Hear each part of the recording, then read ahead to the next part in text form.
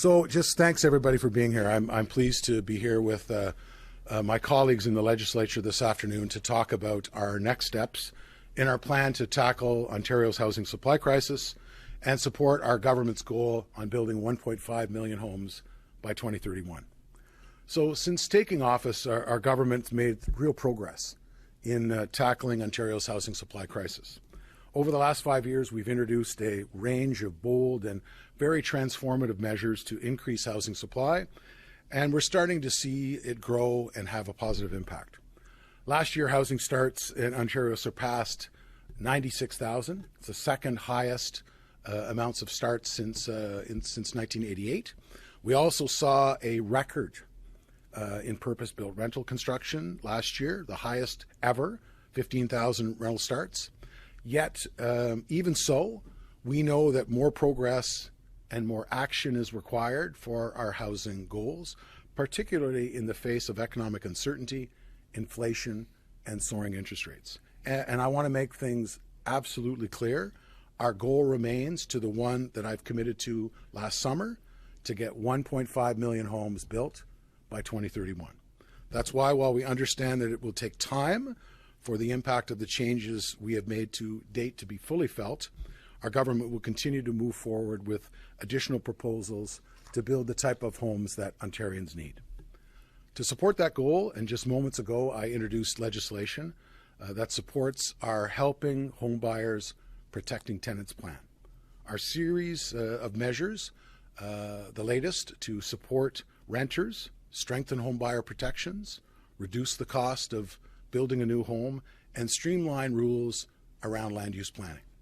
As part of the plan, we have more than doubled the amount of full-time adjudicators at the Landlord and Tenant Board, with an amazing $6.5 million investment that will improve service standards, reduce active applications and decision timeframes. This is great news for both landlords and tenants. To make it easier for renters, we're introducing changes that would, if they're passed, give tenants the right to install air conditioning units subject to certain rules.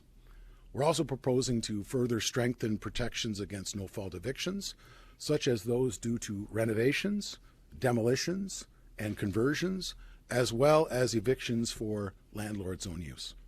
Finally, we're proposing to double maximum fines for offenses under the Residential Tenancies Act to make them the highest in Canada. Of course, our government remains committed to helping those who want to buy a new home, whether it's young families looking to raise or grow their family, or for those that are new to Ontario who want to come to our wonderful province to put down roots. We're doing this by better protecting consumers and their financial investments through expanding deposit insurance for credit union members, saving for the purchase of their new home. We are also exploring implementing a cooling off period on purchases of newly built freehold homes. Meanwhile, the Ministry of Finance will explore tools to provide support to municipalities with ongoing assessment-based management. But we're not stopping here. We're also proposing to freeze 74 different fees at current levels, including several related to Tribunals Ontario and the Building Code that's charged by ministries and provincial agencies that affect the cost of housing. And we've launched a 60-day consultation on our government's proposed plan for land use planning, combining the provincial policy statement and a place to grow, the growth plan for the Greater Golden Horseshoe. Our intent is that the proposed new housing focus land use planning policy statement will apply to the entire province. It would give municipalities more flexibility, reduce duplication, create more homes in urban and rural communities, support local economies, and create jobs while continuing to protect public safety and the environment. So in conclusion, the policies contained in the legislation I introduced a few minutes ago are forward-thinking and, if passed, will provide significant support to ordinary Ontarians. My sincere hope is that all members of Ontario's Legislative Assembly will look at the measures that we're proposing here today, including major new protections for renters, and realize that these policies that are all parties should be supporting. Our proposed initiatives build on the work that we've done over the past few years with our housing supply action plans, and with the support of our municipal partners, we will continue to create the homes Ontarians need. So I want to thank you all for being here. My cabinet colleagues and I are pleased to answer any questions that you have. Mr. Clark, can you clarify a bit about the policy about boundary expansions? That it's going to be easier for municipalities to do this. You have already made it clear that you wanted a number of municipalities to do more than they were willing to do, and you were very clear about that. But it seems to contradict some of the other policies that your government's put forward, such as densifying inside cities and around transit. So you've got these two different things happening at the same time. Why are you allowing more of these boundary expansions? We've already had so many that critics say will result in farmland being turned into suburban sprawl housing. Yeah, we want to continue to build housing. Part of our policies today takes that all of Ontario approach, right? The consultation that I just talked about, right? You've got two documents, right? The provincial policy statement, which is province-wide, and a place to grow, which is Greater Golden Horseshoe centric, right? We believe as a government that all of Ontario is a place to grow, no matter whether you live in the north, you live in Eastern Ontario or Southwestern Ontario, or in the Greater Golden Horseshoe. That's why we're consulting on those matters, and we believe all of our municipal partners need to look at all of the measures that they have at their disposal, both inside their urban boundary and outside as well. So we look forward to the consultation. We look forward to all of our municipal stakeholders' comments and other stakeholders, but a place to grow should be all of Ontario. There's another piece that I wanted to ask about, which from our summary that we got today, which is sort of a high-level summary, we haven't seen all the details in there. It does mention about increasing density on greenfields. Your government actually lowered the density requirements in greenfields, and it's a couple of years ago now, in the growth plan for the Greater Golden Horseshoe.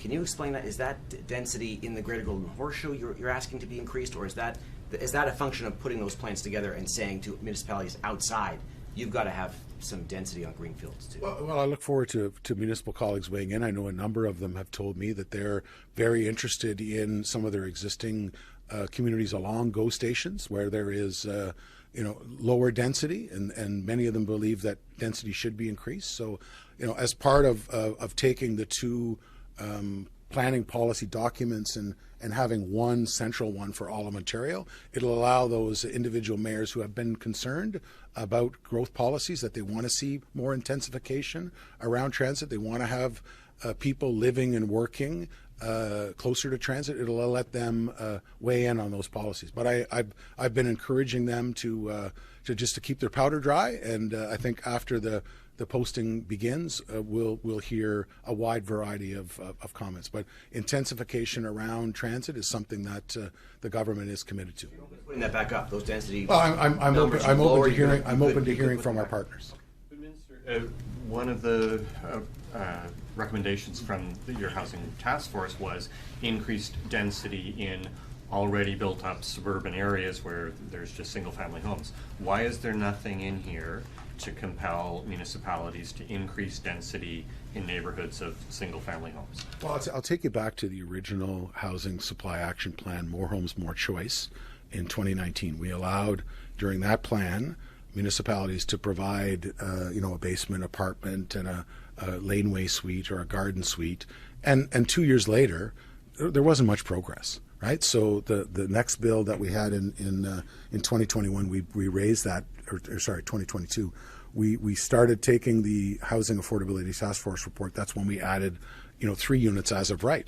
We have to move at the speed of our partners. We have to make sure that municipalities are with us, and we haven't seen the implementation as fast as we would like. So that's part of our conversation today. The Housing Affordability Task Force still is our government's long-term roadmap. It's the plan that we want over the long term.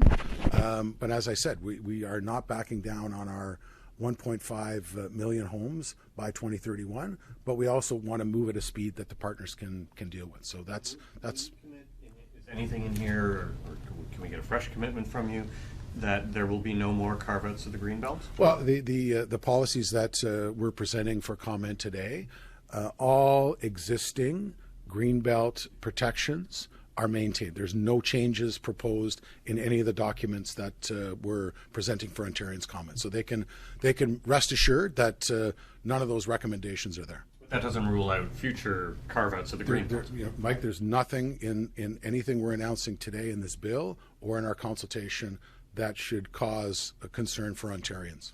Minister, growth means something different for a city like Hamilton versus a city like Thunder Bay. The populations are different, the geographic is different, the industry is different.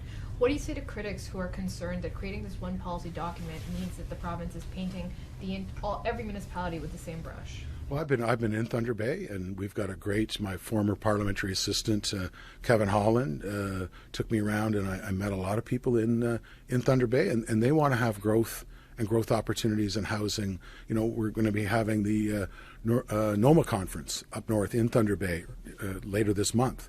And housing will be a hot topic. Every municipal conference we have, every affiliate, whether you're Roma for rural delegates, whether you're OSAM for small urban, whether you have NOMA or FRNOM in the north, everyone believes that there should be a provincial policy that promotes growth in their areas. They all want housing. They all just ran for election last fall. I contend that every council that was elected used housing as one of their major platforms when they were elected.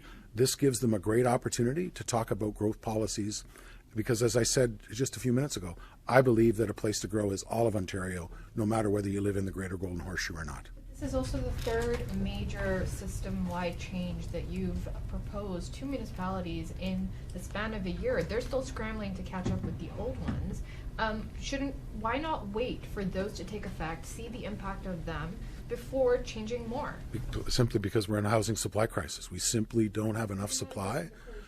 We've got 3 studies that say that there's enough land and they need to be rezoned, so you're not addressing the core issues. So what is the rationale to propose yet another systems-wide change? The rationale is being responsive to municipal needs. Municipalities want to be able to grow, and they want the province to be able to respond. We had a meeting with big city mayors in the Premier's office in January of last year, and there was a chorus of voices that said, you need to make some changes at the provincial level as well. You need to be able to streamline your processes and deal with your fees.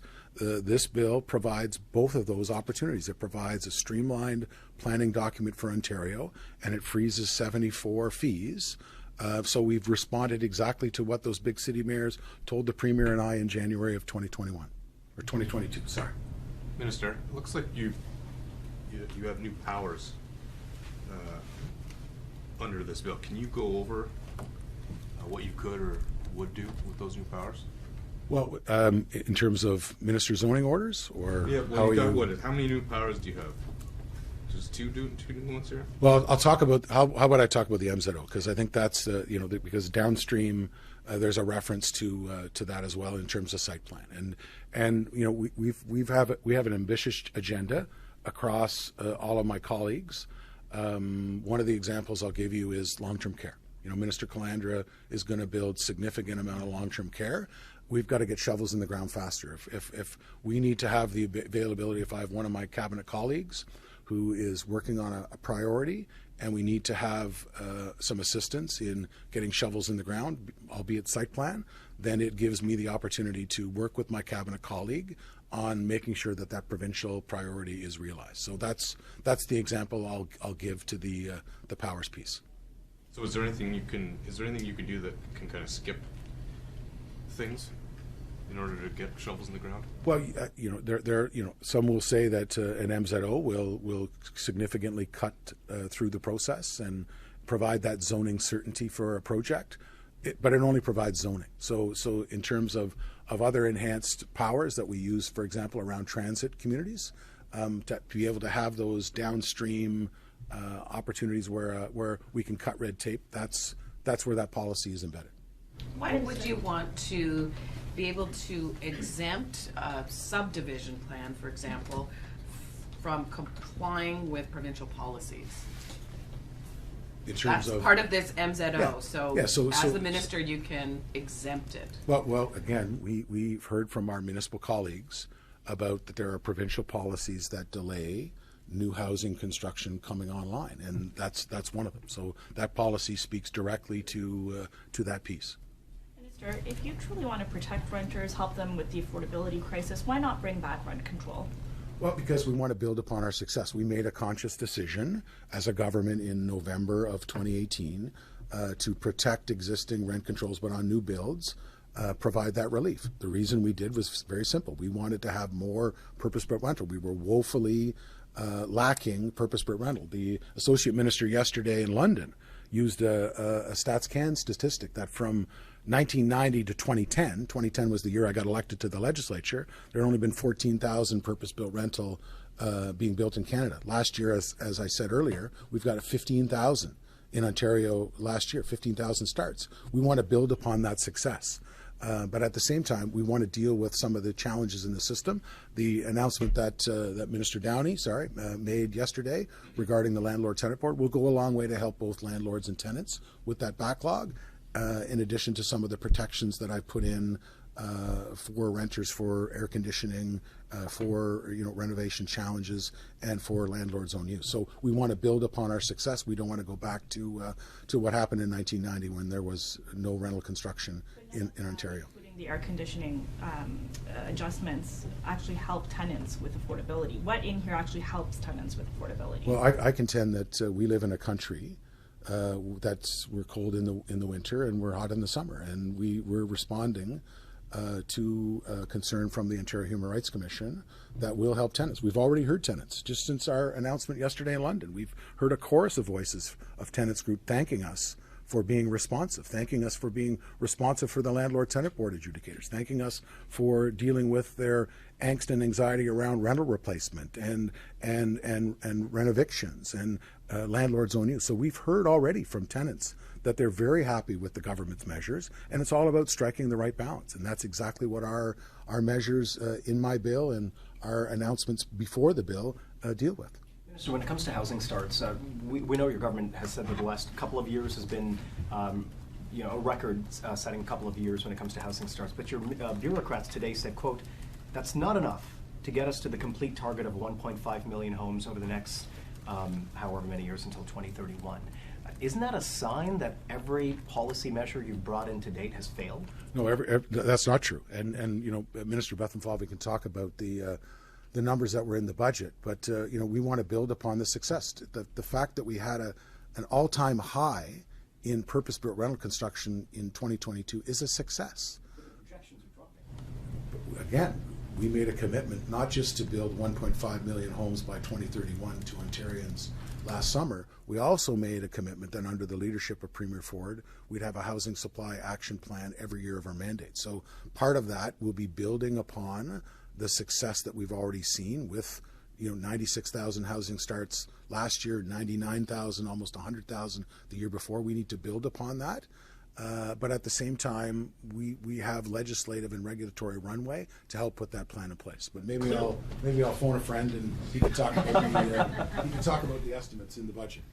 Yeah, thanks. And just to be clear, I mean, that's the private sector in a point in time reflecting the environment and not, higher interest rates, the economic environment that we're in, Colin, but it doesn't take into account Bill 23. It doesn't take into account the strong mayor powers. It doesn't take into account what we're announcing today. And so what is going to remain is our commitment, with 445,000 people coming in, our population is almost 15.4 million. That's not going to relent. And that's actually a good thing. When people are coming here, we need to increase the supply. Today we heard that the employment for March, 21,000 more jobs in this province. We've got to continue on this. And so we're absolutely committed to doing everything we can to reach that 1.5 million. And so these policies are all going to add to that. And I kind of look at it and say, what kind of starts would we have if we didn't do all this stuff? So having a plan, being committed to it, and taking into account that we've got to get it done are important factors. So then let's take into account Bill 23, Bill 39, the bill that you're bringing in today, and the fact that you now know that the economy is slowing and that interest rates are high and that everything else is going on.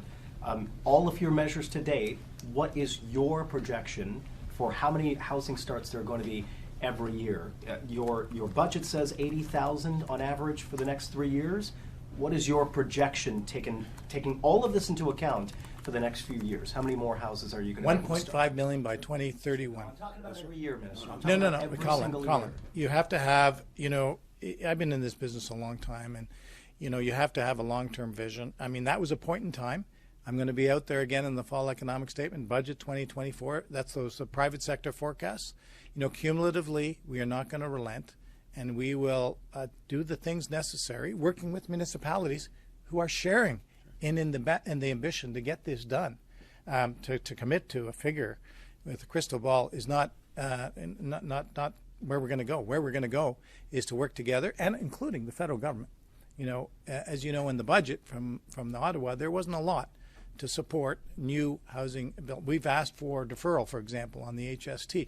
Find different means, policy means that we can help contribute to achieving that goal of $1.5 million over the next few years to 2031. I wanted to ask about the planning changes. Yes. So we see that natural heritage policies and those definitions are still under consideration by the government, but we also see that there's some moves that would make it easier maybe for cities to expand outward onto farmland. What do you say to critics who are worried about whether natural heritage protections and farmland protections will be maintained? Well, you know, Minister Smith could talk about the heritage protections, but you know, from our perspective, we've heard from a number of rural communities that they want to be able to have an opportunity to grow. And as I said earlier, having the two plans and putting them into one, the consultation, the idea is to have a plan that no matter where you lived in Ontario, you would have the opportunity to grow. And also we would have the conversation around lot creation. You know, the severance issue is something that we hear a lot from Ontarians. If you ask the Premier, here's a lot from stakeholders. We want to confirm and maintain our commitment to farming, to minimum distance separation, for example. But we also want to create an opportunity for farm families to have an opportunity for their kids, right, or to workers on their farms. So I'll let the minister talk about the natural heritage protections. Yeah, just to follow up on what Minister Clark said, we had a consultation paper earlier in the year around natural heritage features and offsetting. We're following up on that, and we'll be bringing something forward in the near future. But we've looked at as housing has been built slowly by the previous government over the last 15 years or so, up until a point in time when our government came in, that natural heritage features were disappearing. And we think there's an opportunity to look at that again and honestly have it all, where we get the housing starts, but at the same time have a net gain in wetlands and natural heritage features. So. Yeah, we're talking about looking at offsetting as a part of that, and we think there's some opportunities, and we've been working with a technical advisory group, and we'll be bringing something forward in the future. Do you have a date for that? Not at this time, but there'll be a posting in the environmental registry when we do. Mr. Clark, just one quick question for you. There's a proposal today to move the Ontario Science Centre down to Ontario Place, and the suggestion is that some 5,000 homes could be built. I'm wondering if you or your government supports that idea. Yeah, I work very closely with Minister Surma, as I do with all of my colleagues that are here, with me today for this announcement. And Minister Surma is working very diligently on our transit-oriented community program, and I support her in her deliberations with interested parties, with the city, and I'll continue to work with her. Minister Clark, there's a document, a Greenbelt related document that exists. It was shared between the Premier's office and your ministry. My focus, Mike, is to build 1.5 million homes by 2031, and I'll continue to work. So how about releasing that document so we know what the justification is?